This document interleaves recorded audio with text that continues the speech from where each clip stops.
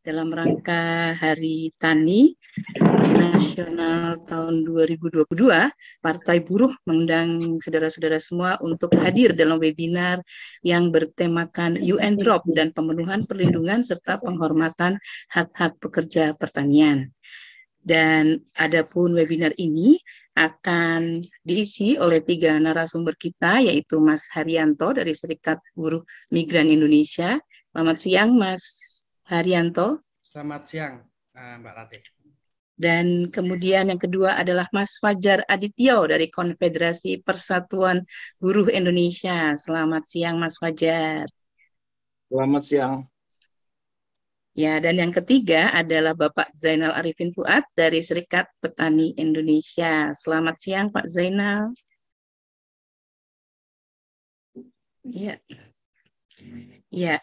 Melalui webinar ini, Partai Buruh berupaya untuk memperkuat suara mengenai situasi terkini terkait perlindungan terhadap hak-hak saudara-saudara kita kelas pekerja, khusus yang saat ini bekerja sebagai pekerja pertanian. Dan situasi ini akan coba dikaitkan dengan deklarasi PBB tentang hak asasi petani dan orang-orang yang bekerja di pedesaan atau yang sering kita sebut dengan UN Drop, yang merupakan sebuah instrumen hak asasi manusia yang baru yang secara khusus mengakui hak-hak petani dan orang-orang yang bekerja di pedesaan.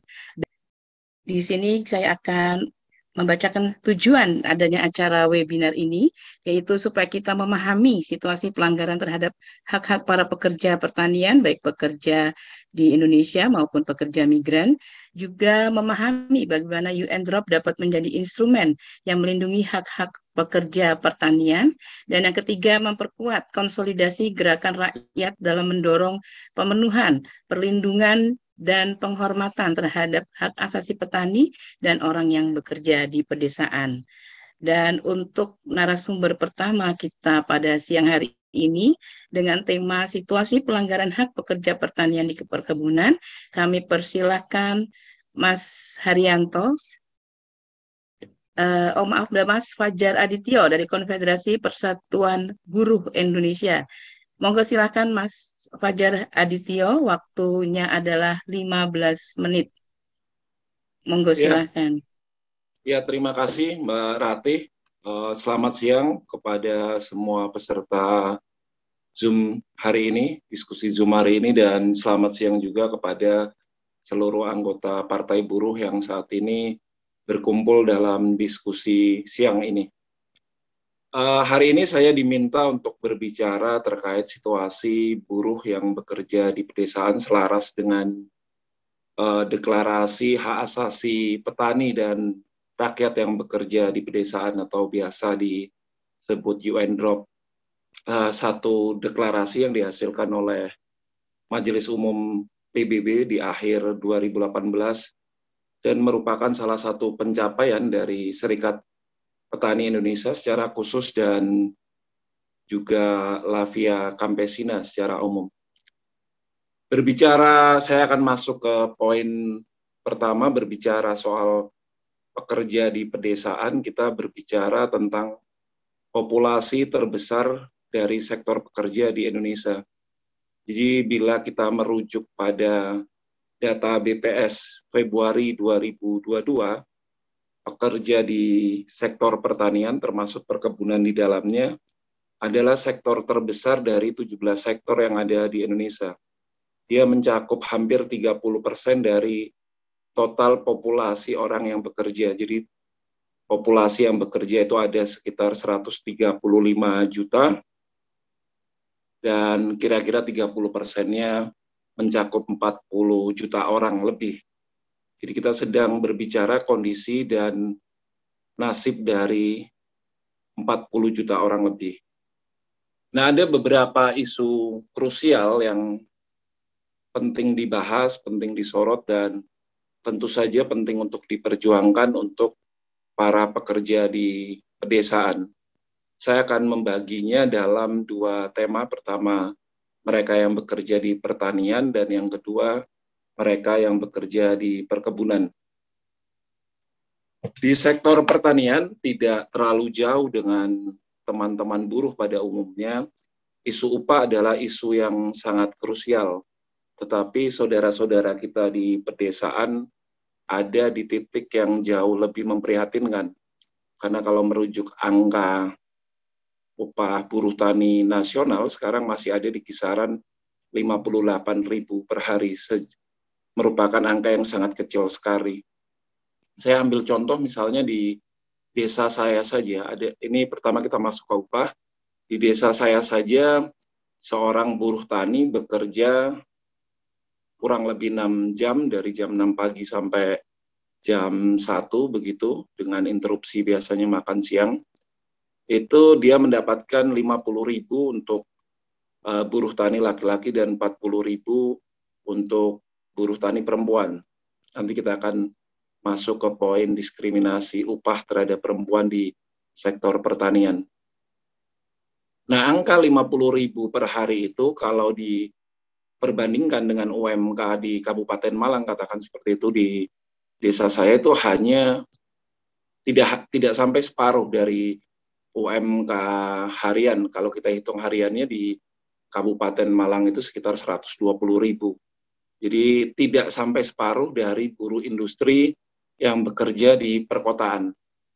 Angka ini tentu saja mengakibatkan daya beli masyarakat pedesaan yang sangat rendah dan ekonomi di pedesaan tidak kunjung tumbuh dan berkembang. Yang kedua adalah soal status kerja. Lazim dan umum kita ketahui, kebanyakan orang yang bekerja di sektor pertanian di luar petani, dia terikat dalam satu hubungan buruh harian lepas. Itu adalah praktek yang menyejarah, praktek yang masif, dan sampai hari ini dia tidak menunjukkan tanda-tanda ada perubahan hubungan itu. Memang alasan umum yang dipakai adalah siklus produksi di sektor pertanian yang tidak memenuhi syarat-syarat perundang-undangan untuk diubah menjadi hubungan kerja yang lain. Jadi kalau di pertanian kita tahu dia siklus produksinya tidak sampai melebihi 3 bulan berturut-turut. Sebagaimana di dalam undang-undang hanya mereka yang bekerja 3 bulan berturut-turut yang bisa berubah status menjadi PKWTT. Isu lainnya selain upah dan hubungan kerja, yang tentu saja tadi hubungan kerja itu mengakibatkan ketidakpastian pendapatan dan hari depan, isu yang lainnya adalah diskriminasi gender atau diskriminasi berbasiskan jenis kelamin. Sebagaimana yang tadi saya sebutkan, upah buruh tani perempuan dengan upah buruh tani laki-laki itu tidak sama. Ada selisih yang beragam di tiap daerah. Jadi kalau di desa saya tadi saya sebutkan 50.000 untuk laki-laki dan 40.000 untuk perempuan. Diskriminasi ini setidaknya menurut saya berbasiskan dua hal. Pertama adalah peranata sosial dan kebudayaan yang dipercaya di pedesaan tentang posisi kaum laki-laki yang lebih unggul dibandingkan perempuan. Peranata itu kemudian juga masuk ke wilayah ekonomi, dalam hal ini kerja pertanian, yang kemudian dianggap laki-laki lebih kuat dibandingkan perempuan. Lazimnya di beberapa desa di Jawa Timur, begitu yang saya tahu, itu perempuan hanya akan bekerja di 3 hal, yaitu menanam, menyiangi rumput atau membersihkan rumput, dan memanen, atau kalau di bahasa Jawanya tandur, matun, dan panen.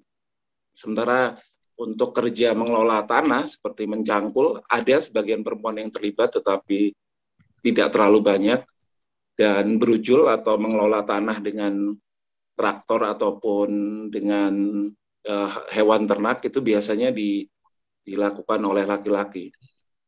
Diskriminasi upah ini juga terjadi akibat seminimnya pasokan teknologi di sektor pertanian yang mendorong pekerjaan sangat mengandalkan fisik, sangat mengandalkan vitalitas tubuh yang secara anatomi dan kultur masyarakat, perempuan sering dianggap tidak sekuat laki-laki.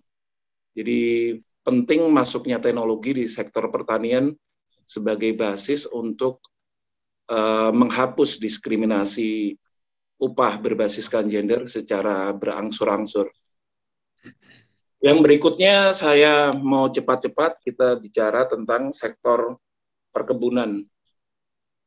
Secara spesifik karena di KPBI ada beberapa serikat buruh atau federasi yang mengorganisasikan buruh-buruh perkebunan di Riau dan Sumatera Selatan. Saya akan bicara pada dua perkebunan spesifik, yaitu sawit dan karet.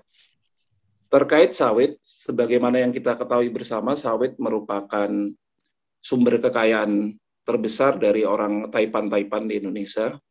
Sebagai teman-teman saya pikir sudah sangat lazim mengetahui bahwa Indonesia adalah eksportir sawit terbesar di dunia, nomor 1 di dunia. Tetapi apakah kemudian kenyataan itu juga memiliki benang merah dengan kesejahteraan dan perbaikan hidup buruh-buruh sawit di berbagai macam perkebunan di seantero Indonesia?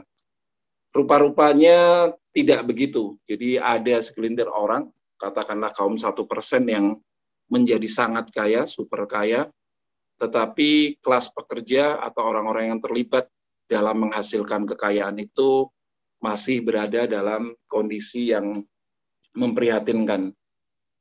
Yang paling banyak disorot adalah salah satunya adalah soal status kerja. Riset dari Sawit Watch tahun 2020 itu menyebut sekitar 70% orang yang bekerja di perkebunan sawit, mereka adalah buruh harian lepas.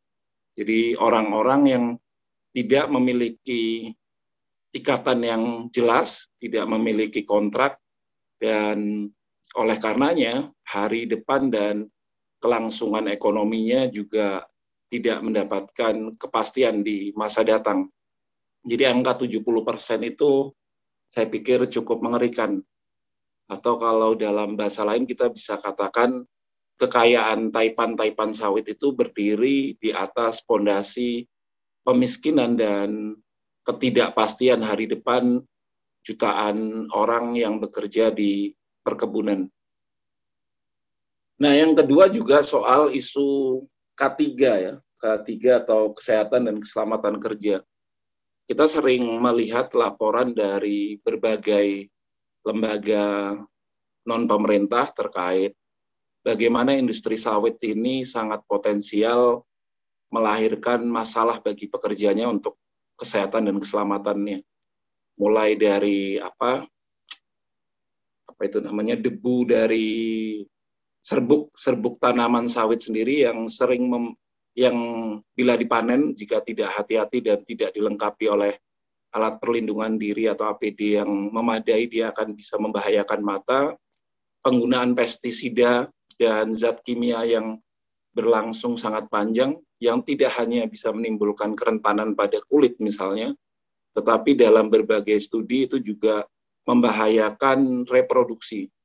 Penggunaan pestisida dan pupuk tanpa penanganan K3 yang memadai dalam berbagai studi itu akan mempengaruhi reproduksi khususnya buat perempuan. Di beberapa kasus juga berbagai perusahaan tidak menyediakan alat perlindungan diri yang memadai, sehingga sering kita dengar cerita buruh-buruh sawit tangannya harus melepuh karena dia tidak disediakan sarung tangan atau disediakan sarung tangan yang tidak cukup memadai. Berikutnya selain soal K3 dan hubungan kerja adalah soal tingkat upah. Sawit menghasilkan kekayaan yang luar biasa untuk segelintir orang, tetapi masalah upah, masalah yang berbeda.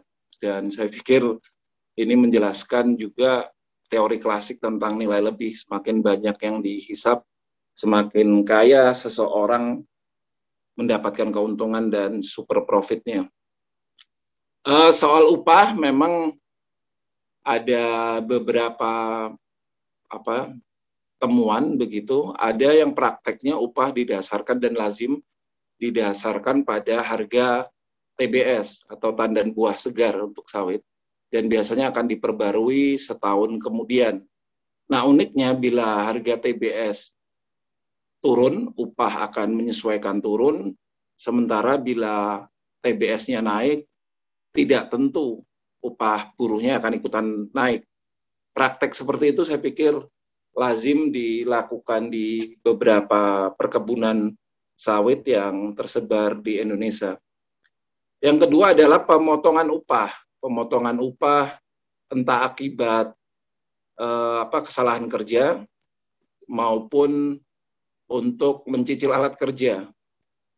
Temuan di salah satu perusahaan sawit, saya tidak sebut, di daerah Kubu Raya Kalimantan Barat di Desa Bakung, itu menyebut buruh perkebunan sawit itu bisa tereduksi upahnya hingga 30%, baik karena kesalahan kerja maupun untuk menyicil angkong atau sungro kalau bahasa Jawa kereta yang digunakan untuk menampung buah sawit. Jadi sudah upahnya kecil, masih tereduksi oleh pemotongan. Berikutnya adalah masalah jaminan sosial, dalam hal ini BPJS Ketenagakerjaan. Beberapa waktu yang lalu, setahun yang lalu jika tidak salah, BPJS Ketenagakerjaan juga menyampaikan data dan kritik atas banyaknya buruh perkebunan yang tidak didaftarkan dalam program BPJS Ketenagakerjaan. Di tengah rentannya model produksi dan cara kerja pekerja perkebunan, dengan tidak didaftarkannya mereka pada BPJS Ketenagakerjaan ini menambah persoalan dan membuat pekerja sektor perkebunan menjadi jauh lebih rentan lagi. Saya akan bercerita beberapa hal yang ditemukan di basis KPBI secara khusus, yang tadi saya berbicara secara umum.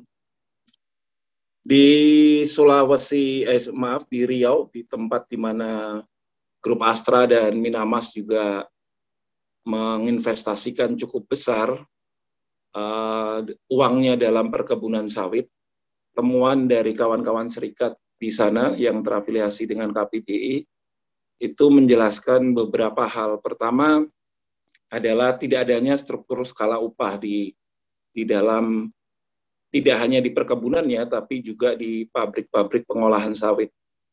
Implikasinya adalah orang yang bekerja 2 tahun dengan orang yang bekerja 10 tahun tidak jauh berbeda atau bahkan tidak berbeda sama sekali upahnya.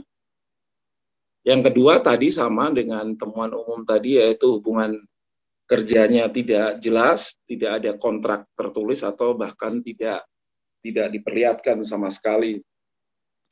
Selain itu adalah pemobilisasian anak-anak dalam kerja perkebunan. Ini menjadi sorotan banyak lembaga. Jadi terutama di saat musim panen ketika buruh-buruh perkebunan berupaya mengejar target, karena hanya dengan target itu dia bisa mencapai pendapatan yang lebih layak, dia memobilisasi keluarganya untuk membantu panen, termasuk anak-anak. Anak-anak yang belum memasuki usia kerja. Jadi seharusnya ini juga menjadi concern kita di Partai Buruh dan concern lembaga-lembaga yang memiliki kewenangan dan perhatian terhadap perlindungan anak. Sama dengan yang terjadi secara umum di Riau juga ada isu soal K3, terutama terkait dengan alat perlindungan diri yang sering mengakibatkan pekerja berada dalam situasi yang berbahaya dan tidak higienis selepas bekerja. Ada satu peristiwa di mana pestisida yang digunakan itu mengenai mata dan berakibat fatal, meskipun tidak sampai buta tetapi mengurangi penglihatan. Itu yang terjadi di salah satu basis KPBI. Nah, selain sawit, di KPBI sendiri di Sumatera Selatan, tepatnya di Banyuasin, bentar saya minum dulu. Di Banyuasin itu mengorganisir buruh-buruh PTPN 7, yaitu buruh-buruh perkebunan karet. Jadi PTPN 7 di sana itu mencakup beberapa tanaman. Jadi tanaman karetnya ada di Musi Banyuasin dan Muara Enim, tanaman tebunya ada di Oki dan Ogan Ilir, tanaman tehnya ada di Pagar Alam, dan sawitnya juga di Banyuasin. Nah, yang menjadi sorotan teman-teman KPBI di wilayah PTPN Musilandas itu adalah soal, selain hubungan kerja yang memang tadi sudah berulang-ulang saya sampaikan, adalah soal upah. Jadi mereka bekerja borongan, tetapi pembagian kerjanya seturut afdeling yang berbeda-beda. Jadi bila mana mereka berada di afdeling yang cukup produktif, sebagian di antara mereka bisa mencapai upah minimum kabupaten, tetapi bagi mereka yang tidak di afdeling yang produktif, pendapatannya cukup memprihatinkan. Dari laporan teman-teman, itu ada pekerja yang hanya mendapatkan 1,5 juta per bulan atau bahkan 600.000 karena dia dimobilisasi di afdeling yang tidak produktif. Kira-kira itu dulu teman-teman penjelasan tentang kondisi secara umum dan khusus dari rakyat yang bekerja di pedesaan, khususnya mereka yang bekerja di pertanian dan perkebunan. Jadi ada beberapa isu yang secara umum memang merupakan isu buruh secara lazim, tetapi ada hal-hal yang lebih khusus karena memang sektor pertanian dan perkebunan memiliki kekhususan dan cara kerja yang tidak sama persis, katakanlah bila dibandingkan manufaktur, sektor jasa, dan sektor-sektor lainnya. Tambahan sedikit, sejauh ini sektor pertanian, khususnya perkebunan, mulai didorong pengorganisasiannya oleh berbagai serikat buruh dan mulai bertumbuh organisasinya, tetapi di buruh tani di pedesaan ini yang kita belum melihat satu organisasi serikat buruh yang serius dan cukup kuat bekerja di sektor pertanian untuk mengorganisasi buruh tani di pertanian. Kalau saya sendiri secara pribadi memandang sebetulnya kedekatan teman-teman buruh tani ini sebetulnya lebih ke teman-teman petaninya. Jadi teman-teman lapisan petani miskin, katakanlah seperti itu.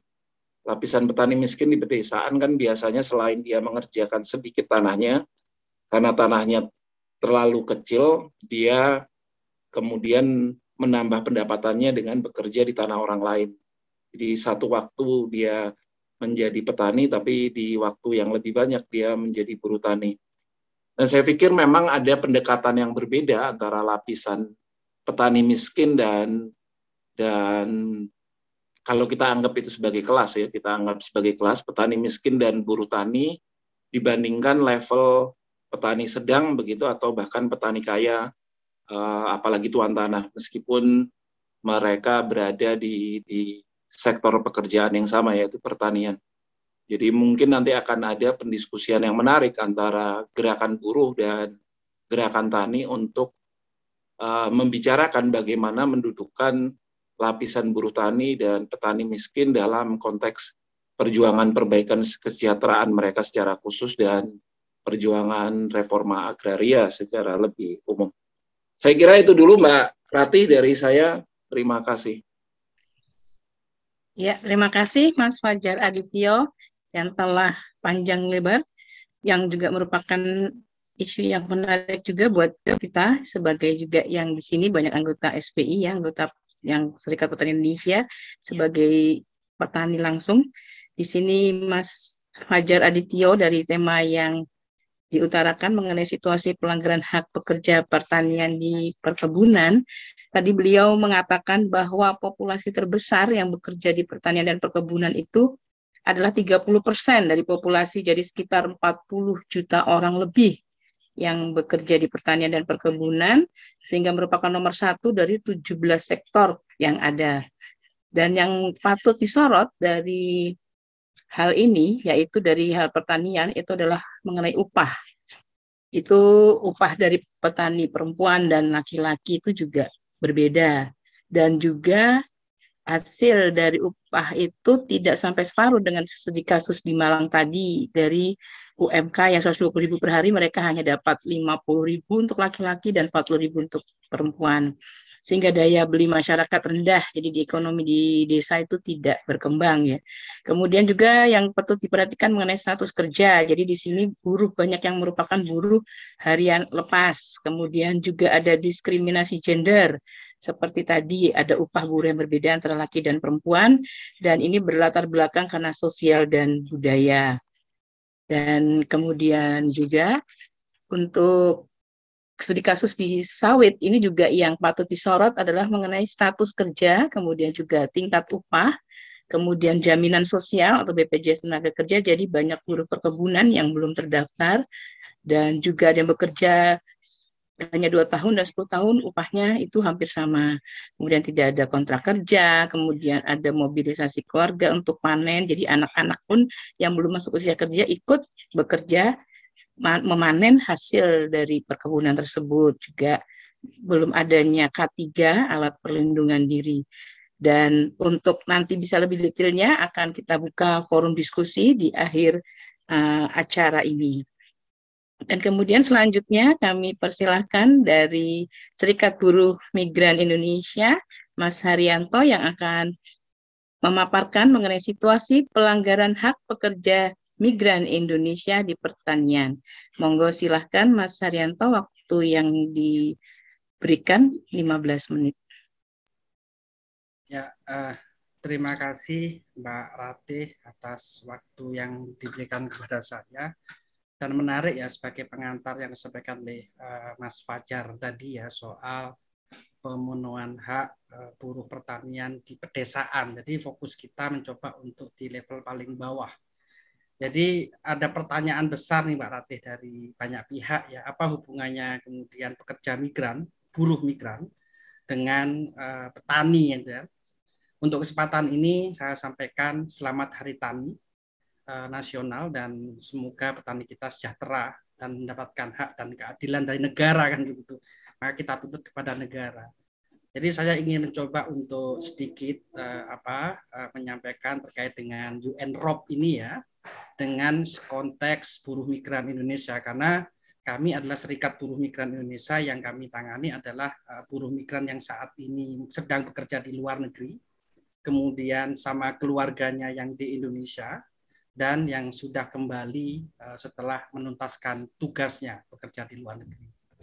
Kalau melihat secara norma di dalam UNROP soal deklarasi hak asasi terhadap petani di pedesaan, ini sebetulnya di dalam konsideran sudah disebut sebagai dasar instrumen internasionalnya. Itu ada 3 hal yang menyebut soal pekerja migran. Yang pertama adalah deklarasi ini tentunya mengambil norma-norma dari konvensi internasional tentang pelindungan hak dan hak semua pekerja migran dan keluarganya. Di situ sudah menjadi salah satu rujukan dasar dari semangat deklarasi hak asasi manusia ya untuk petani di pedesaan. Kemudian yang menarik di bagian artikel 1 di poin 4 ini, Bapak Ibu semuanya, bahwa deklarasi ini memang berlaku untuk pekerja yang menerima upah. Artinya di sini adalah termasuk semua pekerja migran tanpa memandang status. Ini menarik sekali ya, karena selama ini kita sebagai buruh migran Indonesia masih dipetakan bagi status yang berdokumen, tidak berdokumen. Apalagi dikontekstualkan dengan buruh migran kita yang bekerja di perkebunan sawit di Sabah, Sarawak misalkan. Kemudian buruh migran kita yang bekerja di perkebunan stroberi di Australia. Dan fenomena baru-baru ini adalah pekerja migran kita yang dipekerjakan di perkebunan stroberi di Inggris. Ini menjadi salah satu tema yang menarik ya soal semangat daripada deklarasi ini. Yang ketiga adalah menariknya lebih dikhususkan lagi di dalam semangat deklarasi soal petani di pedesaan. Ini adalah bagaimana mempromosikan terkait dengan jaminan sosial. Semua pekerja migran di daerah pedesaan. Artinya sangat tematik ya, sangat tematik terkait dengan soal bagaimana mengatasi problematik pekerja migran kita dengan desa. Kemudian dikaitkan dengan pertanian gitu ya. Jadi saya yang pertama akan mencoba untuk mengambil yang lebih luas dulu. Nanti kita di akhir kita bicara soal situasi buruh migran kita di sektor pertanian ya. Kalau kita bicara buruh migran, sebetulnya ini sebuah dampak ketidakpastian hukum, dampak ketidaksejahteraan di dalam negeri, dan dampak semua dari persoalan yang selama ini kita lihat di dalam negeri. Gitu ya. Jadi kalau kita bicara buruh migran adalah kalau kita lihat sesuai dengan data SBMI yang sudah dirilis 2 tahun yang lalu adalah ditemukan bahwa buruh migran itu kalau tidak petani, ya anak petani. Gitu. Kalau tidak nelayan, ya anak nelayan. Kemudian kami temukan realitas baru ini, Bapak Ibu, di masa COVID ya. PHK besar-besaran teman-teman buruh lokal, ternyata ini mendorong teman-teman yang di PHK ini untuk berminat bekerja di luar negeri. Artinya saya ingin menyampaikan bahwa pekerja migran ini masih dalam forced migration, yaitu migrasi paksa, belum menjadi migrasi pilihan. Karena di dalam negeri tidak ada ekonomi yang membuat keluarga dan dirinya sejahtera, maka keterpaksaan ini yang sebetulnya menjadi awal petaka yang dialami oleh pekerja migran kita. Dimanfaatkan oleh para oknum nakal, dalam tanda kutip calo, untuk bekerja di sektor darat dan di sektor laut. Darat itu ada perkebunan yang bekerja di sawit di luar negeri. Situasinya sama seperti yang sudah disampaikan oleh Bang Fajar tadi. Yang kedua, ketika kemudian kesejahteraan dan pemiskinan masih melanda di Indonesia yang menjadi penyebab pendorongnya teman-teman di pedesaan untuk bekerja di luar negeri adalah kita bisa lihat ya sejak mungkin 20 tahun yang lalu ada program besar negara ini dengan revolusi hijau. Tetapi ketika kita melihat soal revolusi hijau itu ternyata hanya menguntungkan petani yang bermodal besar gitu ya. Petani yang bermodal besar kemudian bisa bertahan untuk menggarap lahan-lahannya.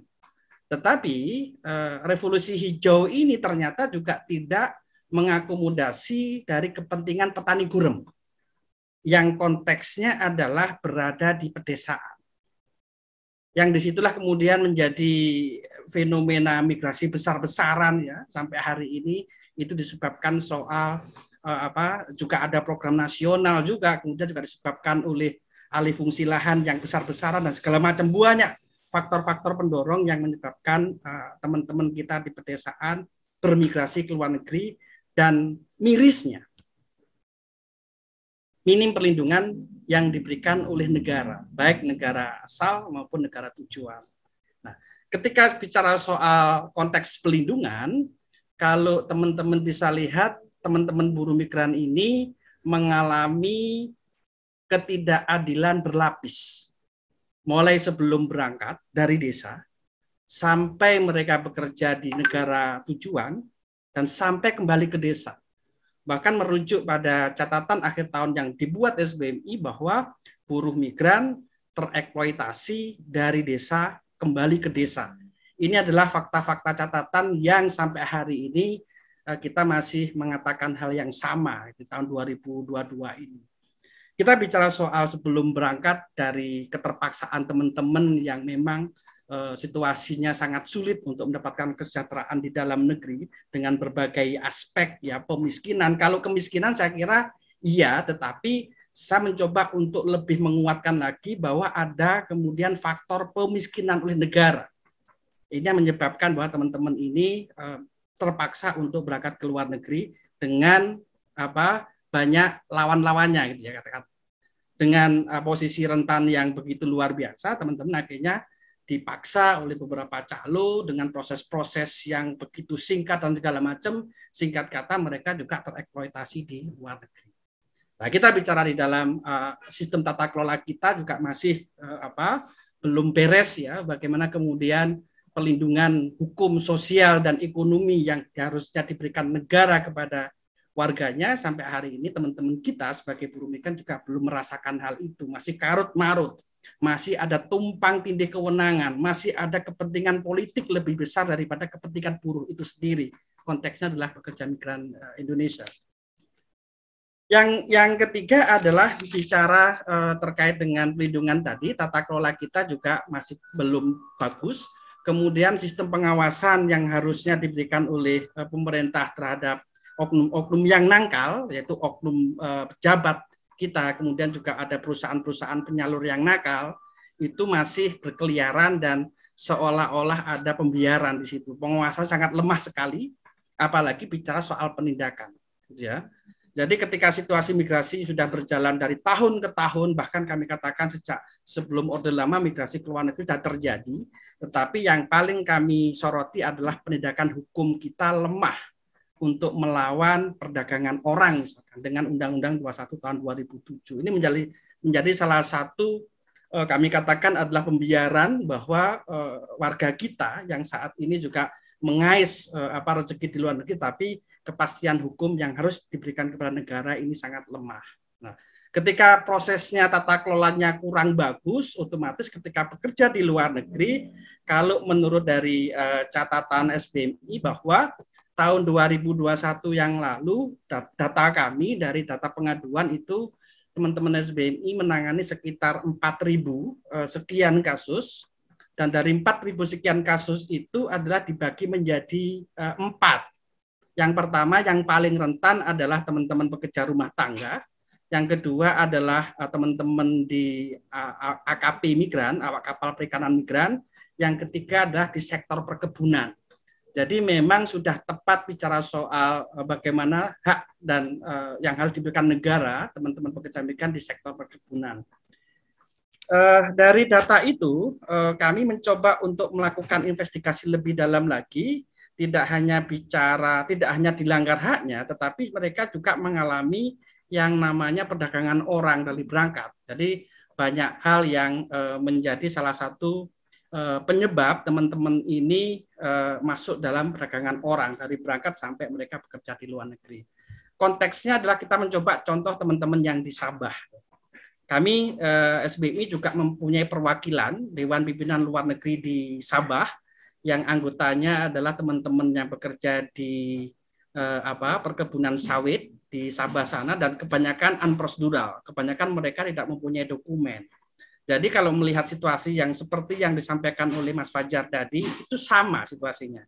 Pertama adalah tidak ada standar upah, ada standar upah yang ditetapkan oleh peraturan ketenagakerjaan di Sabah, tetapi pada praktiknya teman-teman itu tidak mendapatkan hak yang sesuai dengan peraturan perundang-undangan karena terjebak pada ada unprocedural, kalau macam-macam kami lapor polis begitu ya. Ini salah satu tekanan yang dimainkan oleh para perusahaan sawit untuk mengambil tenaga dari Indonesia yang sangat murah ya.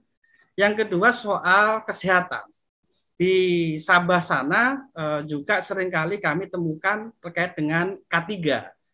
Jadi nggak safety, kemudian banyak kawan-kawan kita yang meninggal. Kalau kita lihat teman-teman di NTT, cabang kami di NTT sana, hampir setiap hari menerima jenazah teman-teman yang bekerja di sektor perkebunan dipulangkan ke NTT.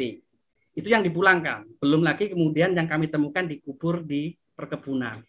Yang ketiga adalah soal hak anak. Jadi kalau kita lihat di Sabah sana adalah banyak anak-anak yang dilahirkan di sana, dan dia tidak mendapatkan akses sosial, kemudian pendidikan, dan lain sebagainya. Lebih miris lagi kalau ditarik pada sektor pekerja migran di sektor perkebunan dan anaknya. Ini menjadi salah satu yang concern kami di SBMI hari ini lakukan, yaitu anak buruh migran yang ada di perkebunan. Dari situlah kemudian kalau kita bicara terkait dengan hak gaji, tenaga kerjaan, kemudian jam kerja yang panjang, dan teman-teman terjebak pada situasi borongan gitu ya. Jadi kalau situasi di Malaysia, baik di Sarawak dan Sabah dan di beberapa tempat adalah sistem borongan ini yang kami temukan adalah menjebak para pekerja kita untuk tidak diberikan upahnya. Karena ternyata di sana ada diberikan satu klausul, apabila melanggar satu kegiatan borongan itu, maka upahnya akan dipotong. Bahkan kemudian juga ada beberapa yang tidak diberikan upahnya karena melanggar sedikit pekerjaan yang begitu kecil gitu ya. Modusnya adalah para pemborong ini ternyata disubkonkan. Jadi mereka perusahaan besar ini menaruh beberapa mandor untuk mencari karyawan yang bisa melakukan borongan. Ini situasi di perkebunan di Malaysia yang pekerjanya adalah warga negara Indonesia. Maka di dalam situasi yang begitu besar dialami oleh pekerja migran kita, ada tantangan-tantangan yang sebetulnya kami juga ingin sampaikan di sini, gitu. Tantangan dari situasi yang tidak mengenakan kawan-kawan pekerja migran. Jadi kalau kita bicara tantangan, pertama adalah kita lihat dari sistem penegakan hukum kita, bahwa kita tahulah dari awal sampai hari ini polisi juga setengah hati ya untuk memproses kasus-kasus tindak pidana perdagangan orang. Ini juga bisa kami keluarkan data. Kemarin kami juga mengeluarkan rilis bahwa ada 300 sekian kasus yang kami laporkan di kepolisian mandek, dan beberapa faktor penyebab mandeknya itu sudah kami sampaikan. Saya kira itu saja Mbak Ratih dan Bapak Ibu semuanya. Nanti kita lanjutkan diskusi mendalam lagi ya. Dan mohon maaf kalau mengambil waktu terlalu panjang. Kita kembalikan. Iya, terima kasih Mas Haryanto dari Serikat Buruh Migran Indonesia. Jadi di sini tadi beliau mengatakan bahwa banyak buruh migran itu kalau tidak petani ya anak petani ataupun nelayan. Dan yang di PHK di Indonesia ya waktu kemarin, mungkin terutama pandemi ya Mas Haryanto ya, itu mendapat temuan buruh migran itu merupakan buruh migran paksaan ya, bukan pilihan, karena keadaan ekonomi yang di Indonesia juga belum memadai untuk kita bisa mendapatkan penghasilan yang cukup. Nah, namun buruh migran ini juga banyak menghadapi kendala, yaitu ketidakadilan berlapis dari sejak mereka belum berangkat sampai di tempat mereka bekerja, itu seperti tidak adanya perlindungan yang baik, kemudian tata kelola, juga pengawasan yang belum baik. Jadi banyak pembiaran dalam kepastian hukum yang tidak diberikan, yang lemah lah istilahnya, kepastian hukumnya itu masih lemah. Dan dari Serikat Buruh Migran Indonesia sendiri, dari 4.000 sekian kasus, itu yang paling tinggi adalah pekerja rumah tangga, kemudian juga awak kapal perikanan, dan yang ketiga itu dari sektor perkebunan ya Mas Haryanto. Nah, dari UNDROP ini kita bisa mengambil instrumen-instrumen. Jadi di UNDROP ini juga ada artikel 28 artikel ya, pasal per pasal. Jadi misalkan pekerja buruh migran, kita bisa memakai dari ada pasal 4 mengenai tidak adanya diskriminasi terhadap perempuan, karena pasti perempuan juga akan berbeda upahnya seperti yang diungkapkan oleh Mas Fajar Adityo tadi juga. Dan di sini juga disebutkan ada pekerja migran ini kalau untuk pertanian di perkebunan sawit ya Mas ya, di Sabah, Sarawak, kemudian juga ada di perkebunan stroberi di Australia dan juga di Inggris. Dan juga ini masih ada problematik mengenai jaminan sosial, dan juga tidak ada upah yang standar. Kemudian sama tadi juga mengenai masalah kesehatan atau K3, juga tidak adanya hak anak yang dilahirkan di sana di saat mereka bekerja menjadi buruh migran dan memiliki anak, itu belum ada hak-haknya. Dan yang pasti juga adanya penegakan hukum yang lemah, yang istilahnya belum ada kepastian hukum jika mereka menghadapi masalah-masalah sewaktu mereka bekerja di sana. Terima kasih Mas Haryanto, nanti kita bisa berdiskusi lebih lanjut dengan para yang hadir di sini. Dan narasumber terakhir kita, narasumber pamungkas kita adalah Bapak Zainal Arifin Fuad dari Serikat Petani Indonesia.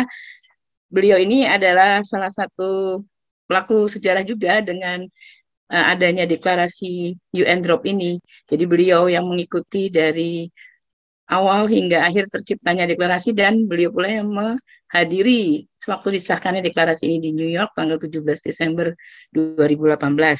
Jadi monggo silakan Mas Zainal, waktu diberikan 15 menit dan beliau akan memberikan paparan mengenai UN Drop dalam perlindungan hak pekerja pertanian. Silakan Pak Zainal.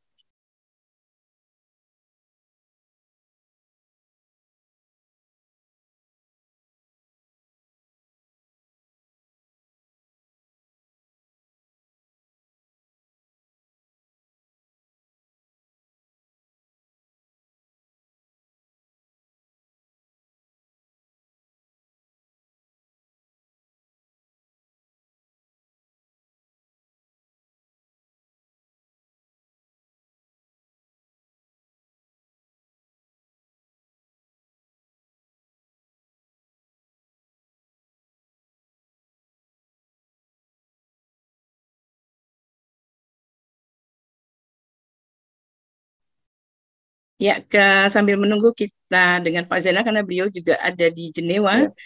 Jadi Maaf, dan saya juga maaf, mendapat. Ya. Ya, ini dia. Silakan Mas Zainal. Ya, maaf tadi mic saya tertutup ya. Jadi ya.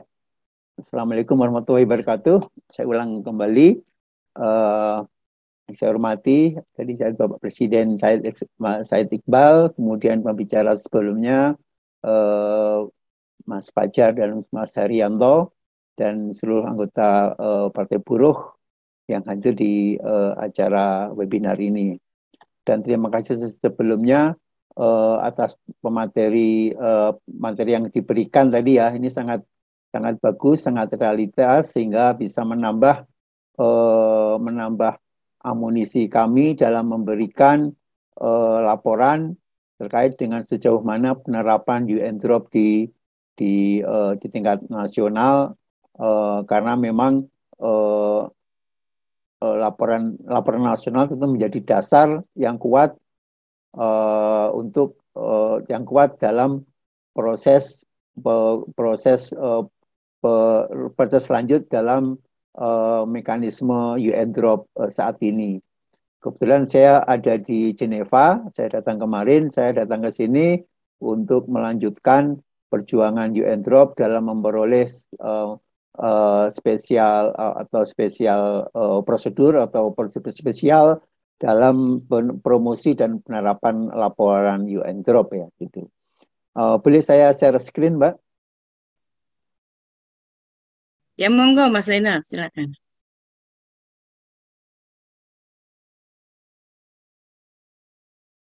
Sudah nampak, Mbak ya?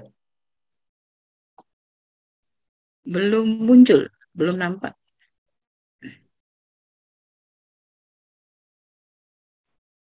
Ya, sudah Mas Zainal, silakan. Ya, terima kasih. Jadi makalah saya UN Drop dan pengenalan, penghormatan, dan perlindungan serta hak pekerja pertanian. Tadi sudah disinggung sangat bagus oleh Mas Fajar sama Pak Arianto ya.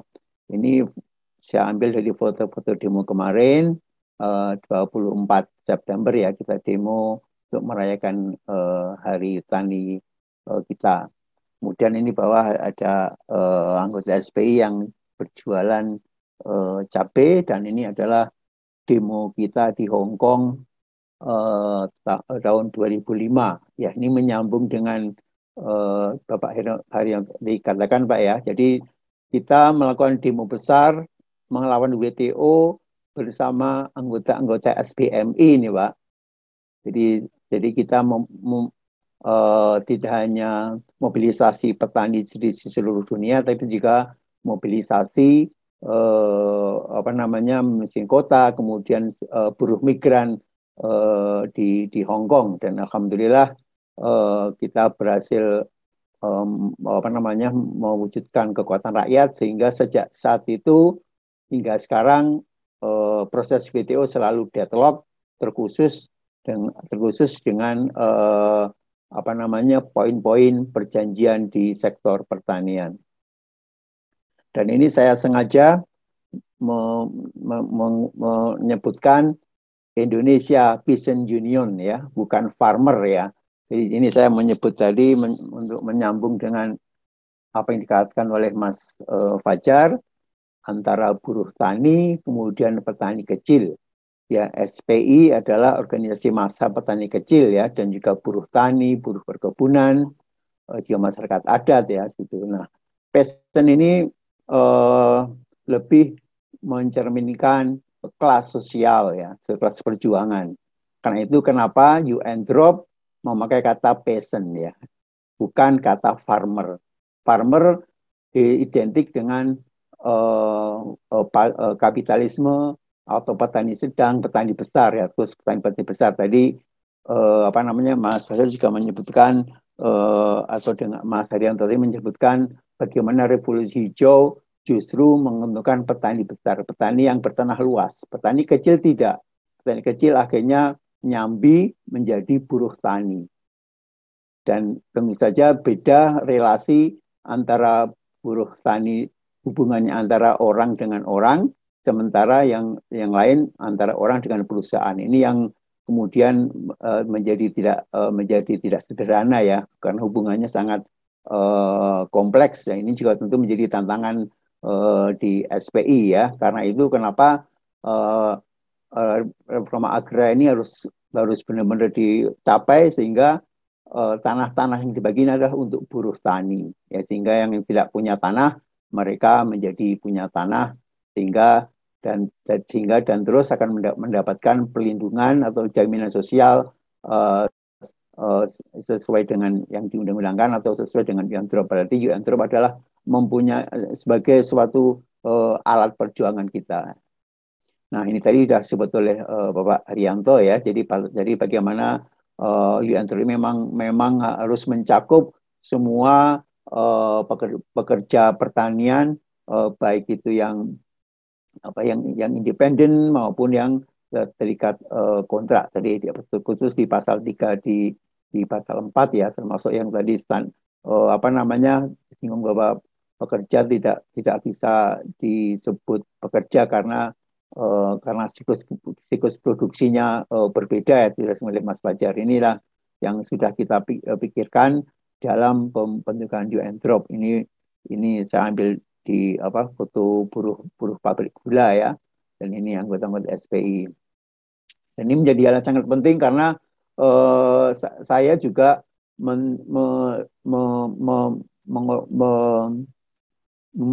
menguatkan juga dengan kawan-kawan di perikanan ya. Jadi bulan awal September kemarin saya bertemu dengan seluruh organisasi nelayan tradisional di seluruh dunia di Roma dan untuk mengajak bersama-sama dalam menerapkan UN Drop karena kalau di perikanan ada yang namanya voluntary guideline small scale fisheries, jadi petunjuk sukarela dalam hal hak-hak nelayan kecil. Nah, ini menjadi kekuatan, jadi UN Drop menjadi kekuatan tambahan untuk pekerja untuk nelayan dan pekerja di kapal-kapal ya. Gitu.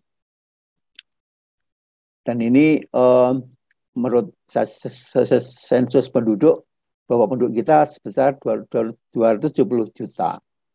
Dan ini menuntut suatu kebijakan yang sangat hati-hati ya, bagaimana kita mendistribusikan penduduk ini dalam sektor pertanian. Tentu ini menjadi tantangan Partai Buruh dan semoga kita sudah punya buku putihnya atau master plan-nya bagaimana kita mengolah penduduk akhirnya bonus demografi ya. Berapa orang yang diproduksi, berapa orang yang didistribusi, dan berapa orang yang di pasca panen, di penyimpanan, pengolahan dan jasa. Jadi suatu hal yang sudah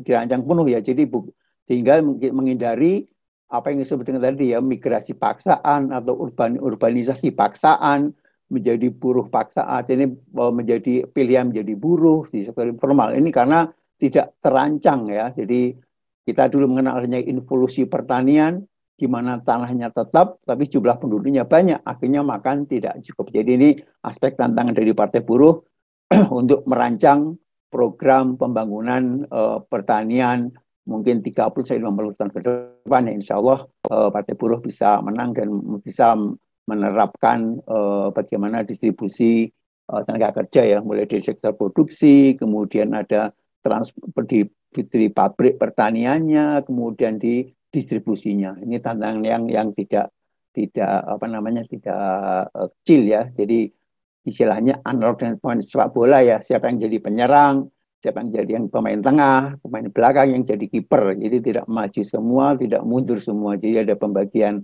yang pas. Nah ini menyambung tadi ya, bagaimana tenaga pertanian, kehutanan dan perikanan masih andalan terbesar dalam penyerapan tenaga kerja ini. Di samping ada industri pengolahan, kemudian ada pengadaan air, kemudian tentang jasa makanan, ini yang nyambung dengan dunia pertanian. Tapi menjadi yang paradok bahwa tenaga kerja pertanian yang paling besar justru di situ adalah pusat-pusat kemiskinan dan pusat-pusat kelaparan dan akhirnya menjadi pusat-pusat konflik agraria. Ini yang tentu yang PR jadi partai kita. Ini juga tadi menyebut dengan indikator tenaga kerja terkait dengan upah ya, tidak disebut dengan oleh Mas Fajar tadi ya, bagaimana upah buruh tani, kemudian ada apa namanya yang di buruh perkebunan, jadi hal yang tantangan. Sementara kita mempunyai distribusi kepemilikan lahan ya, ini masih terbesar adalah 16 juta adalah petani kecil atau peasant atau gurem 0,5 hektar. Nah, inilah tantangan kita terus mendesak pemerintah untuk memenuhi janjinya ya. Jadi Pak Jokowi masih punya 2 tahun untuk memenuhi janjinya untuk membagi lahan sebesar 9 juta hektar. Kemudian ini apa namanya jenis-jenis tanaman ya. Jadi kita masih banyak di 13 juta orang di padi, kemudian 12 orang di perkebunan, kemudian 10 juta di hortikultur. Nah, dan tadi saya sebut bahwa tenaga kerja yang banyak justru pusat kemiskinan ya di perkebunan dan di tanaman pangan. Dan bahkan pemerintah sudah menargetkan nilai tukar petani sebesar 107, nilai tukar nelayan 108 ya. Tapi kita lihat nilai tukar petani untuk tanaman padi ini 97. Jadi ini tidak standar ya. Jadi kalau kita buat 107 berarti ada yang dikorbankan. Dalam hal ini sesuai laporan BPS per bulan ini perkebunan masih yang tertinggi ya, walaupun kita tidak tahu apakah ini relasi positif enggak ya. Tadi sudah menyebut Mas Fajar menyebut bahwa ini tidak mencerminkan bahwa di SPI juga anggota SPI yang ada di Sumatera yang melakukan petani sawit juga mengalami hal yang sama. Ini tidak menunjukkan bahwa petani sawit ini adalah juga makmur ya, karena tidak segelintir orang yang menikmati, tetapi yang buruh lepas ya tidak bisa, tidak menikmati ya. Jadi ini janji pemerintah 107. Tetapi dengan resiko ada subsektor petani yang di bawah 100. Ini jangan sampai, dan inilah tantangan sekali lagi Partai Buruh agar meningkatkan nilai tukar petani dan nilai tukar nelayan di semua rata-rata, di atas rata-rata. Kemudian tadi juga kemiskinan ya, jadi kemiskinan ada di perdesaan dan meningkat seiring dengan krisis ekonomi dan krisis pandemi ya. Ini kelaparan ya, jadi kita sekarang punya 41 juta orang yang menghadapi kelaparan. Ini tentu saja tidak hanya di desa, tapi juga kelas rakyat kecil di perkotaan. Ini laporan PBB bulan Juli yang lalu.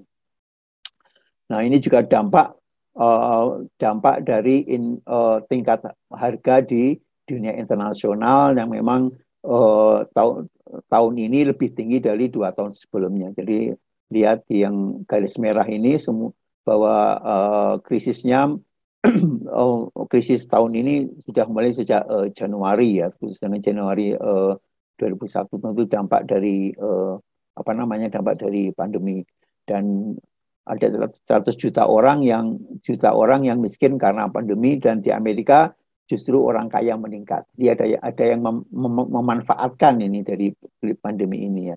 Ini kemudian bagaimana respon terhadap pandemi ya. Indonesia melarang ekspor sawit ya, tapi hanya sebentar. Kemudian Malaysia melarang ekspor ayam. Kemudian India melarang ekspor gula, ekspor gandum, dan sekarang minggu kemarin melarang ekspor beras. Jadi ini dampak-dampak dari krisis ekonomi sekarang ya. Nah, kita lihat sehingga jadi ada problem di kaum tani yang berbeda, yaitu adalah problem alat produksi ya. Jadi mau nanam di mana, tanahnya udah sempit, juga ada perampasan lahan. Kemudian yang kedua, ketika sudah diberi tanah, benihnya susah. Benihnya dikasih pemerintah, tapi kualitasnya jelek. Pupuknya mahal, bahkan hilang. Air susah. Sekarang BBM naik. Sementara kita berjudi dengan alam. Ada bencana alam, ada krisis alam yang tidak bisa diprediksi. Kemudian ada keuangan juga susah. Bahkan tanah sudah disertifikasi tapi untuk komoditas ya. Jadi yang salah kaprah. Kemudian yang ketiga, ketika sudah kita sudah punya tanah, produksi, tapi pas panen sudah banjir impor. Fluktuasi harga naik. Nah, inilah menjadi problem-problem sehingga ada migrasi, terpaksa menjadi buruh tani, terpaksa menjadi buruh perkebunan, terpaksa jadi buruh industri pangan, terpaksa jadi kelas pekerja, terpaksa menjadi buruh migran tadi yang disampaikan oleh Pak Mas Herianto. Jadi semuanya pada posisi keterpaksaan, bukan suatu pilihan ya, seperti itu. Sehingga yang muncul adalah dan selanjutnya ada pelanggaran hak petani, pekerja pertanian, dan akhirnya balik lagi kemiskinan, kelaparan, dan kebel agraria. Jadi menyambung ke Mas Herianto tadi ya, mereka keluar karena desa tidak memberikan harapan, kemudian mereka pulang lagi karena di medan kehidupan mereka juga ditendang juga. Dan inilah tantangan kaum tani yang saat ini ya, ada lembaga internasional, ada IMF, Bank Dunia, G8, G7, G20 yang sekarang kita jadi bosnya ya, presidennya. Kemudian ada dampak revolusi hijau tadi ya, ada benih sudah dipatenkan. Kemarin benih GMO mau diambilkan, mau disebarkan. Kemudian ada WTO yang tadi kita demo besar di Hong Kong. Kemudian banyak rezim asal bebas, pasar tanah. Kemudian problem karena proyek-proyek perubahan iklim. Kemudian digitalisasi pertanian, infrastruktur, bisnis vaksin, dan akhirnya inilah yang finalnya tahun lalu September adanya sistem pangan dunia yang justru memberikan karpet merah kepada korporasi bisnis. Ini yang tantangan kita pada tantangan partai buruh tentunya untuk bisa mengalahkan musuh-musuh ini semua. Dan ini kalau agraria yang ada di SPI ya sebagai dampak tadi ya. Nah, kemudian ini proses hub yang dari 2001 hingga tahun 2018. Ini baru tahap pertama ya. Jadi tahap kedua adalah untuk mempunyai prosedur spesial dalam promosi dan pelaporan UN Drop.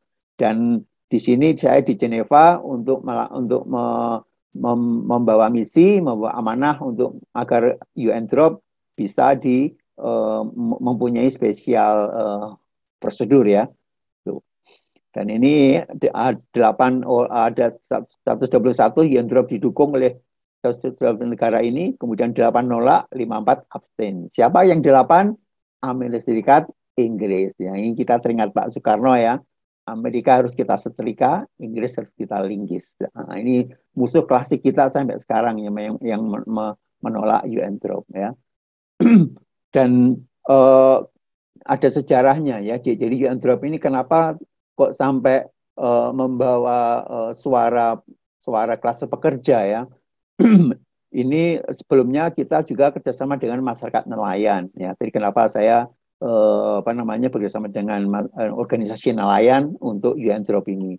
Kemudian juga dengan organisasi pastoralis atau penggembala ya. Ada yang namanya WAMIP, World Alliance for Mobility People, Indigenous People. Jadi masyarakat pastoralis ya.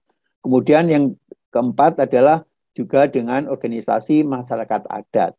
Kita tidak boleh berseberangan dengan semua ini ya. Kemudian ada yang pemuda terkhusus dari organisasi Katolik. Dan yang terakhir adalah dengan serikat pangan, dengan agrikultur hotel, restoran, catering, tembakau yang berorganisasi namanya Asosiasi Sekutu Buruh, IUF. Ini yang kenapa di UNDROP ada pasal-pasal yang memang mengadopsi perjuangan kelas buruh ya di UNDROP ini yang paling penting ya, bahwa kita tidak bekerja tidak berjuang sendiri, kita berjuang bersama juga dengan kaum buruh. Jadi dengan UNDROP inilah kita bersama-sama berjuang mewujudkan kesejahteraan rakyat kecil ya melalui Partai Buruh. Dan yang akhirnya bahwa di pasal 28 bahwa UNDROP ini tidak bertentangan dengan konvensi lainnya, termasuk dengan konvensi ILO. Mungkin nanti Pak Presiden Mbak Said Iqbal bisa lebih gamblang bagaimana menerangkan tentang konvensi ILO ini ya, untuk bersama-sama berjuang dengan UNDROP. Dan ini ada 28 pasal ya. Tadi sudah disebut oleh Mas Fajar tentang tidak diskriminasi perempuan di pasal 4. Kemudian kita lihat ada pasal atas lingkungan kerja yang aman dan sehat di pasal 14. Kemudian ada pasal 16 tentang penghasilan yang layak. Kemudian pasal 22 tentang atas jaminan sosial, atas kesehatan fisik dan mental, dan atas kebijakan atas perumahan. Dan yang penting adalah pasal 2 yaitu kewajiban umum negara. Ini yang menjadi tuntutan kita agar negara hadir untuk memenuhi, menghormati, dan melindungi hak kita sebagai kelas sosial ya. Ini hak apa tadi ya, sudah sebut ya, ada pasalnya tadi Pak Herianto atau Pak Fajar menyebut dengan bagaimana peralatan yang sehat ya untuk di buruh-buruh perkebunan. Saya teringat saat pandemi perusahaan pertanian Jerman kekurangan buruh pekerja sehingga mereka mendatangkan buruh dari Afrika, tetapi tidak melengkapi dengan fasilitas keamanan, fasilitas kesehatan, sehingga tentu saja rawan terhadap kesehatan mereka ya. Juga tahun 2011 saya teringat bagaimana perusahaan perkebunan di tembakau di pabrik rokok di Roma ya, bagaimana sangat tidak memenuhi hak-hak para pekerjanya. Kemudian ini pas jaminan sosial kita sudah mengadakan training ya untuk khusus hak atas jaminan sosial. Nah, ini kita bisa perdalam di Partai Buruh untuk menyelenggarakan pendidikan terkhusus UNDROP terkait dengan hak jaminan sosial. Di Indonesia sudah ada kartu petani dan kartu nelayan. Ya. Tetapi sayangnya sangat tidak bagus dalam penerapannya sehingga justru menuai protes-protes terkhusus apalagi dengan ada bantuan ini sekarang ya. Dan kemudian yang lebih lagi ada juga hak sipil dan politik ya. Jadi kita membahas soal pasal non diskriminasi, kemudian pasal hak untuk hidup, hak untuk bergerak, hak untuk berekspresi, hak untuk berorganisasi, dan akhirnya terhadap keadilan. Ini artinya bahwa kelas pekerja pertanian perkebunan bisa tentu saja mempunyai alat perjuangan ini, UNDROP ini sebagai alat perjuangan untuk mendapatkan hak sipil dan politik mereka. Saya rasa itu saja dari saya, Mbak Rati. Maaf kalau melebihi waktu yang diberikan. Terima kasih. Assalamualaikum warahmatullahi wabarakatuh. Waalaikumsalam warahmatullahi wabarakatuh. Terima kasih Pak Zainal atas pemaparan yang diberikan, di mana di awal pemaparan beliau tadi disebutkan bahwa SPI dalam bahasa Inggris bukan Indonesian itu berarti adalah petani kecil atau buruh tani. Kalau farmer itu lebih kepada petani sedang, petani besar, dan lebih menjurus kepada agribisnis. Jadi petani-petani yang sudah modern ya. Jadi kita makanya menggunakan kata dalam bahasa Inggris adalah peasant untuk arti petani. Beliau tadi dalam tema yang diberikan adalah UNDROP dan pengenalan, penghormatan, pemenuhan, dan perlindungan serta hak-hak pekerja pertanian, di mana seperti yang sudah disebutkan tadi bahwa di UNDROP itu kita mempunyai 28 pasal, dan pasal pertama itu adalah mengenai petani, dan juga ada beberapa pasal yang sudah disebutkan oleh Pak Zainal tadi yang sesuai dengan kita sebagai kelas pekerja.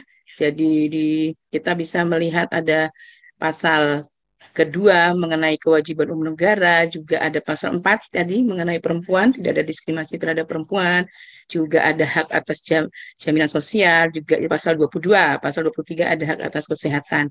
Jadi banyak pasal yang berhubungan dengan kita di kelas pekerja ini. Jadi tidak hanya petani, tapi bisa kita juga gunakan di kasus buruh misalnya seperti itu. Jadi kita sudah mengenal UNDROP dari tahun 2001. Di sini diceritakan sejarah pula oleh Pak Zainal. Jadi 2001 kita merintis SPI dan beberapa aliansi kita hingga 2018 sudah menjadi deklarasi tepatnya tanggal 17 Desember.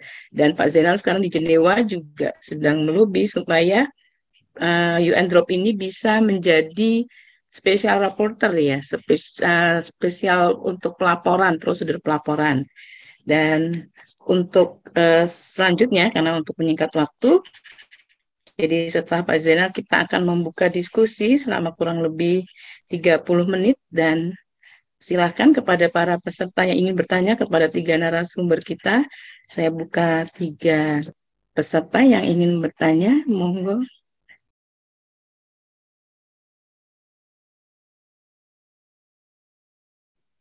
Ya, silakan. Jika ada yang ingin bertanya untuk setelah pemaparan Pak Zainal ini, saya buka 3 pertanyaan untuk acara diskusi selama 30 menit.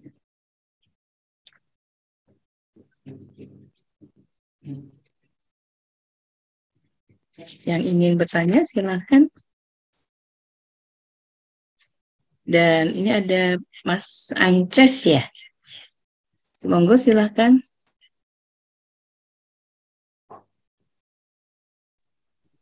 Ya, selamat sore. Ya, selamat sore. Ya, tadi penjabarannya sungguh menarik. Walaupun kami kan, kalau saya dari Sulawesi Utara ya.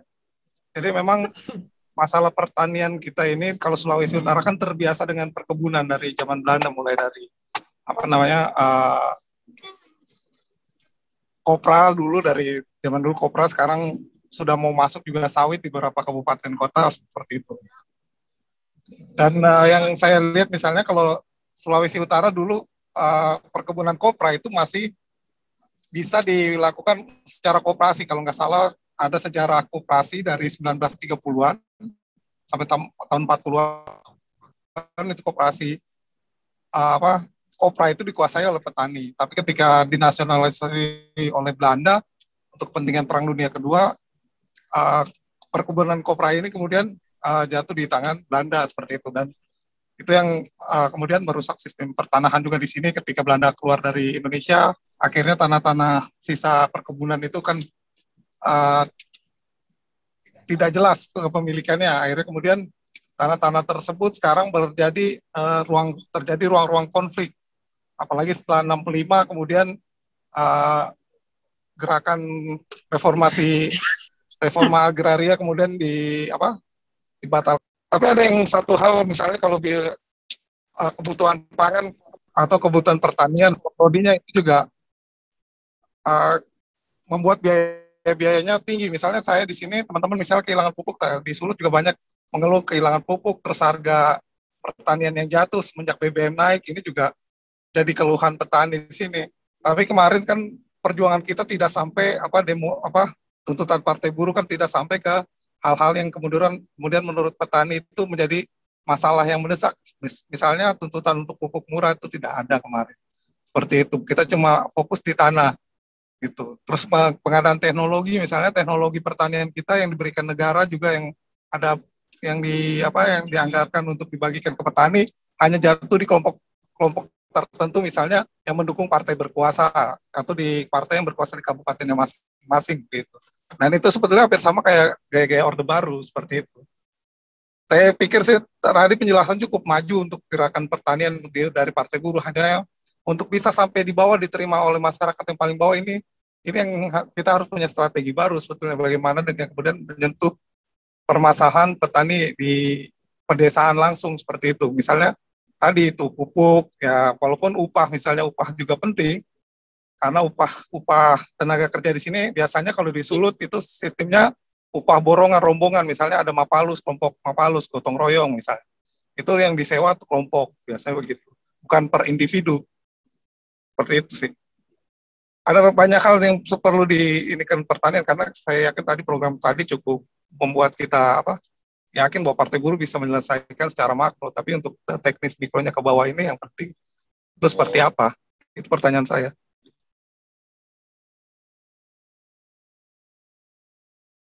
Ya, terima kasih kepada Mas Ances.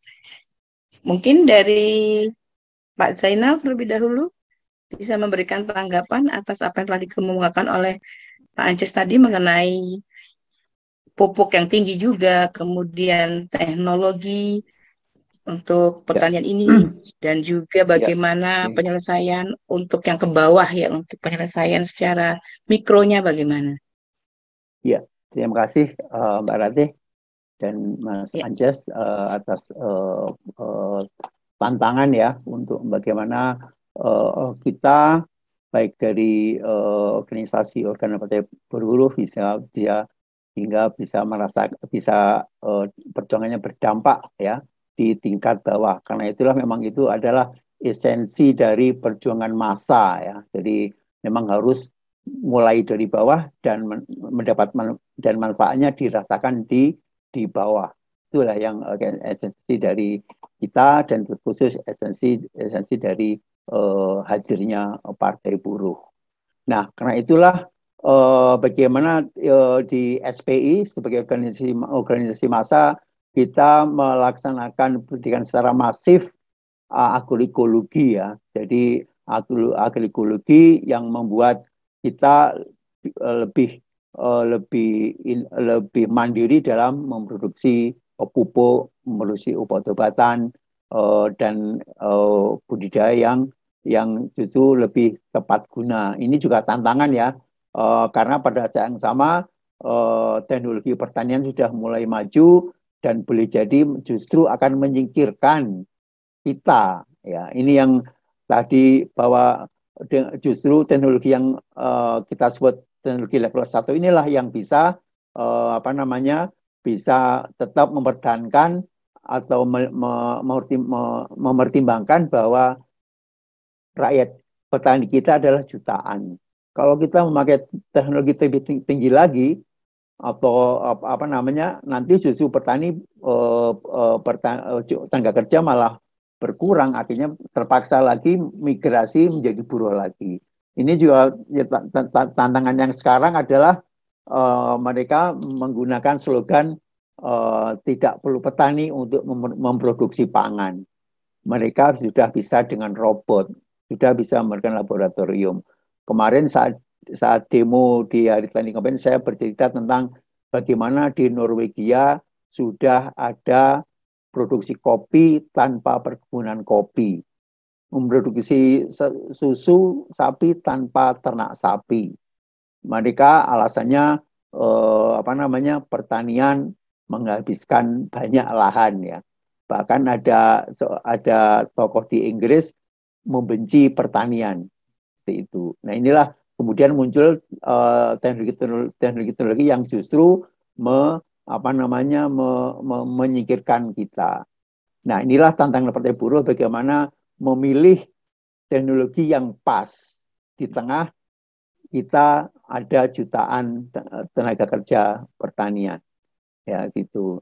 Ini menjadi satu sisi teknologi dan satu sisi bagaimana pertanian bisa mencukupi kehidupan, mencukupi seluruh rakyat Indonesia. Ini yang tentu ini tidak mudah ya. Karena itu kenapa minggu lalu Menko Menko Ekonomi membuka peluang untuk menggunakan GMO. Ini lebih gawat lagi ya, sehingga jika petani menggunakan GMO, maka benihnya hanya dipakai sekali. Jadi harus beli. Kemudian disetting untuk pupuk tertentu, obat-obatan tertentu. Satu paket ini malah lebih tergantung. Karena inilah kita akan berdemo lagi untuk memberikan alternatif. Ini loh, kita punya alternatif namanya agroekologi. Jangan gunakan GMO. Jangan gunakan benih yang lain. Bahkan di Kementan sudah ada benih fortifikasi ya, benih yang ditambah dengan vitamin dengan atau zat besi dengan alasan untuk mengatasi persoalan kurang gizi. Ini kerjaan peneliti oke ya di lab ya, tapi nggak ada kerjaan karena itu sebenarnya mubazir. Kita mempunyai sumber daya, kita mempunyai tanaman yang melimpah, baik sayuran maupun buah-buahan. Inilah sekali lagi perlu kebijakan politik atas pemilihan teknologi yang mana yang pas, sehingga rakyat desa cukup pangan, kemudian petani tidak tersingkir ya. Dan tentu saja syaratnya adalah tanah dulu harus dipegang. Reforma agraria dulu yang harus dilaksanakan. Ini kalau tidak ya akhirnya tetap menjadi buruh tani gitu. Itu aja dari saya, Mbak Tete.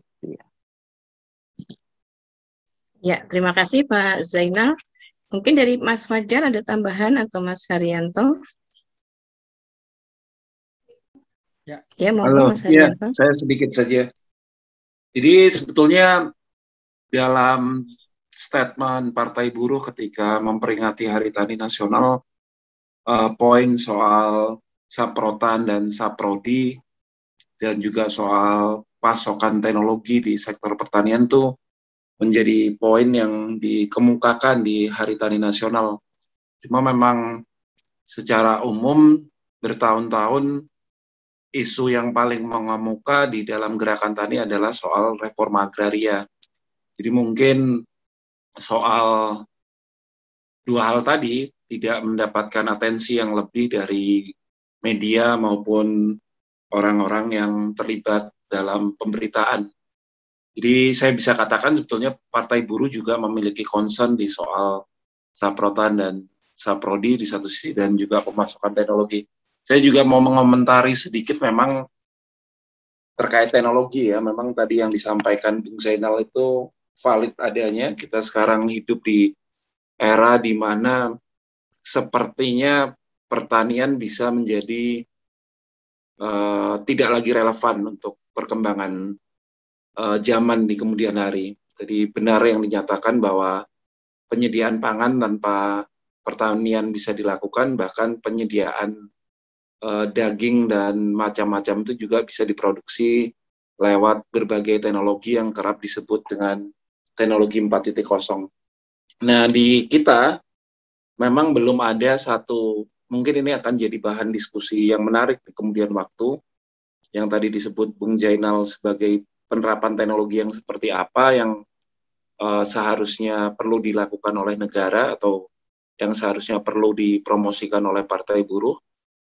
Penting untuk kemudian mulai didiskusikan, karena kita tidak bisa menghindari dari derap kemajuan teknologi ini. Bahkan kalaupun kita tidak mau mengadopsinya, ketika dunia mengadopsinya dan ada cara memproduksi pangan dan daging, katakanlah seperti itu, yang lebih efisien dan lebih cepat dan massal, maka kita harus mempertanyakan bagaimana pertanian dan peternakan di kemudian waktu. Jadi itu saja sedikit. Nah, tadi kalau soal yang disampaikan kerja borongan, ya benar, itu juga terjadi di beberapa perkebunan yang diorganisir oleh KPBI, dan model kerja yang seperti itu sangat rentan baik di soal upah dan hak normatif perburuan lainnya. Itu saja, Mbak.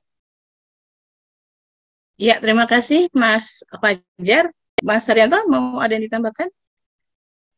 Ya, dikit aja Mbak, tapi secara normatif. Iya. Kalau menanggapi yang disampaikan oleh Bang Anjas dari Sulawesi Utara ya. Jadi kebetulan bulan lalu kami juga habis ke sana ini Bang, ke Pulau Embe ya, melihat situasi langsung petani kopral sama teman-teman nelayan di sana. Jadi kalau saya saran saya normatif adalah ada yang memang berjuang di level regional, internasional. Salah satunya yang disampaikan oleh Bang Zainal tadi ya, kita pernah bersama-sama di Hong Kong, kemudian juga di Bali juga untuk menentang WTO di sana. Itu menjadi salah satu pergerakan yang tidak akan bisa realisasi tanpa ada gerakan dari bawah gitu ya.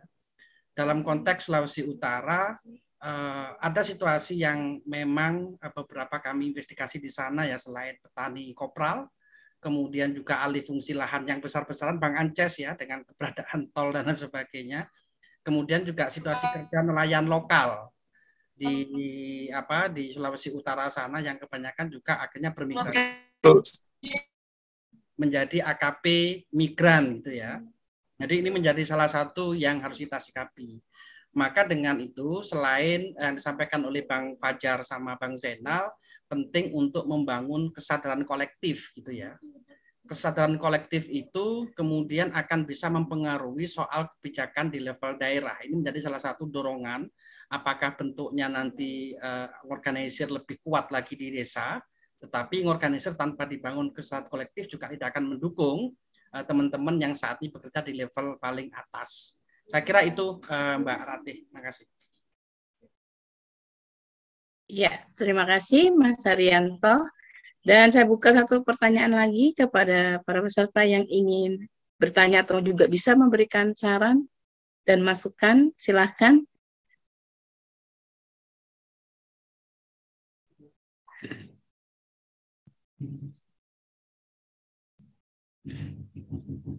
Monggo, silakan jika ada yang ingin bertanya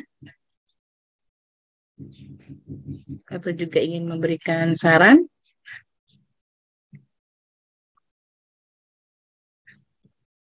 Mbak, saya ada ngasih ini ya pengumuman ya.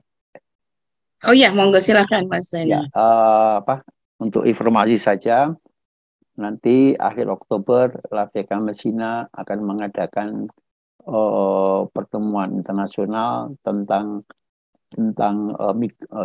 migrasi dan hak pekerja pertanian ya di Honduras, dan dari SPI nanti yang hadir adalah Mas Afgan ya. Jadi apa yang disampaikan oleh Pak Haryanto dan Mas Fajar tadi bisa menjadi masukan kita selain masukan dari internal SPI ya. Itu aja, makasih Mbak Ratih. Ya, terima kasih Pak Zainal. Ya, monggo silakan jika ada yang masih ingin bertanya atau memberikan saran, masukan, ataupun berbagi pengalaman di daerah masing-masing. Monggo silakan dari Serikat Buruh ataupun dari Serikat Petani Indonesia jika ada yang ingin bertanya.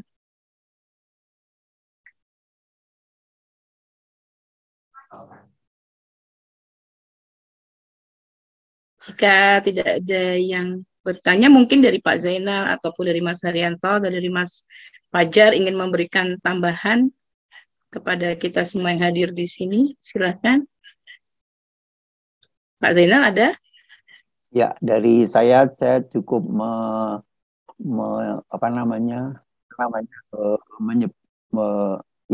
menyebut slogan LAVK Messina. Jadi we feed our people. Kami tetap memproduksi pangan di daerah kita masing-masing, bukan dengan mengekspor dan bukan dengan mengimpor ya. To build movement, dengan membangun gerakan.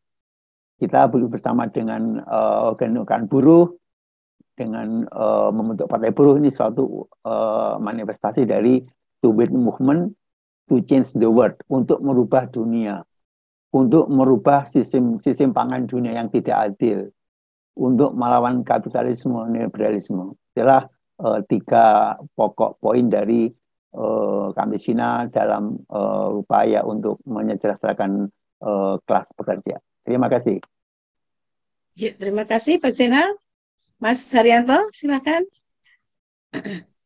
nambahkan dikit soal penguat dan informasi yang disampaikan oleh Bung Zainal ya. Jadi kalau memang nanti ada soal migration yang akan dibahas oleh Nambias Campesina, ini sangat penting pola-pola yang kita diskusikan kayak dulu lagi nih Bung Zainal. Bagaimana kita masih digerak lawan ya, kita mengkolaborasikan antara petani, buruh, nelayan, dan pekerja migran menjadi salah satu dampak gitu ya. Ini sangat penting bahwa tadi juga selain petani di UN Drop ini bicara soal sektor perikanan. Nah ini kalau memang dibutuhkan sebagai pengaya soal pekerja migran kita di sektor perikanan itu lebih miris gitu. Kami mempunyai banyak beberapa kertas-kertas laporan yang kemudian bisa memperkaya. Itu kami dengan senang hati untuk mendialogkan ini selain dengan isu petani.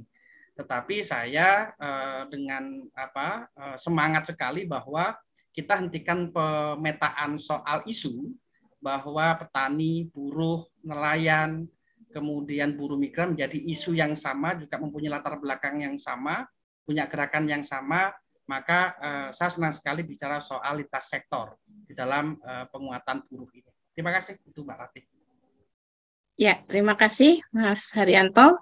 Mas Fajar, silakan Mas Fajar. Ya, sedikit saja. Jadi bagi saya momen Hari Tani kemarin adalah momen yang membahagiakan. Sudah cukup panjang kita tidak menyaksikan sebuah partai melakukan selebrasi terhadap Hari Tani Nasional. Dan di Partai Buruh inilah pertemuan di antara lapisan-lapisan kelas pekerja bisa terjadi dan diskursus masalah perburuan, masalah pertanian, dan kaum miskin perkotaan, perempuan, dan berbagai isu kemudian mendapatkan tempat yang baik dan tempat yang seharusnya. Jadi untuk semua kawan-kawan di dalam webinar ini, saya pikir Partai Buruh adalah langkah yang maju bagi gerakan sosial di Indonesia secara umum dan gerakan buruh dan tani secara khusus. Dengan Partai Buruhlah kita melangkah kepada gelanggang perjuangan politik, sesuatu yang selama ini mungkin ada di angan-angan semua lapisan gerakan sosial di Indonesia, dan saya pikir penting untuk mensukseskan Partai Buruh dan menjadi alat politik yang signifikan dalam perpolitikan di tanah air. Itu saja dari saya, Mbak. Terima kasih. Ya, terima kasih Mas Fajar. Dan dengan demikian selesai sudah webinar Partai Buruh sesi ke-17 mengenai UN Drop dan pemenuhan perlindungan serta penghormatan hak-hak pekerja pertanian. Semoga cita-cita kita dengan tema dari Hari Tani Partai Buruh, Reforma Agraria menuju Negara Sejahtera dapat segera terwujud. Sekali lagi terima kasih kepada narasumber kita hari ini, yaitu Mas Adityo Fajar, kemudian juga Mas Haryanto dan Pak Zainal Arifin Fuad. Juga terima kasih kepada seluruh yang hadir di sini. Kami bisa berjumpa kembali di dalam webinar Partai Buruh berikutnya. Hidup petani! Hidup buruh! Hidup buruh! Hidup Partai Buruh!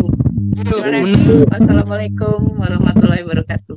Waalaikumsalam warahmatullahi wabarakatuh. Ya, Mas.